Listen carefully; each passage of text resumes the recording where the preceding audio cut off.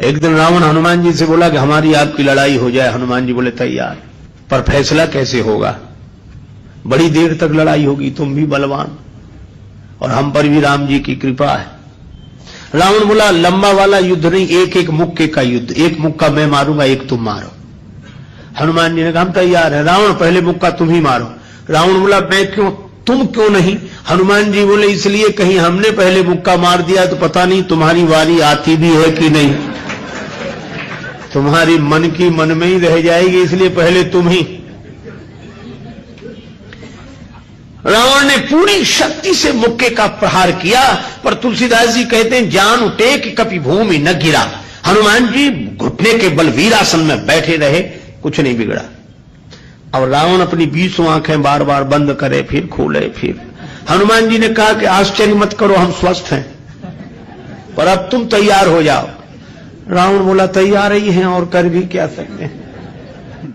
हनुमान जी ने पूरी शक्ति से हाथ ऊपर उठाया मुक्के के रूप में। घबरा गए ब्रह्मा जी, शंकर जी। ब्रह्मा जी बोले रोको, कहीं मुक्का गिर गया और रावण मर गया तो राम जी का तो पूरा प्रोग्राम ही फेल हो जाएगा। उनकी रामायण पूरी होने दो, तुलसीदास जी की और लीला राम जी की पूरी होने दो। अब हनुमान जी हाथ नीचे करें, आवे ने ऊपर देखा तो ब्रह्मा जी हाथ जोड़े थे कि दया करो। हनुमान जी बोले तो थोड़ा सा स्वाद तो चखा देना चाहिए। तुलसीदास जी कहते हैं कि रावण साधारण वीर नहीं है, जो 10 शीस महीधर ईश को 20 भुजा खुली खेल ने हारो। और उस पर जब हनुमान जी ने प्रहार किया तो सो हनुमान हन्यो मुठिका, तो रावण को ऐसे लगा कि गिरिगो गिरिराज जो गाज को मारे हो, जैसे गिरिराज हिमालय पर वज्रापात हुआ हो। रावण धरती पर गिर गया, मूर्छित रहा बड़ी देर तक।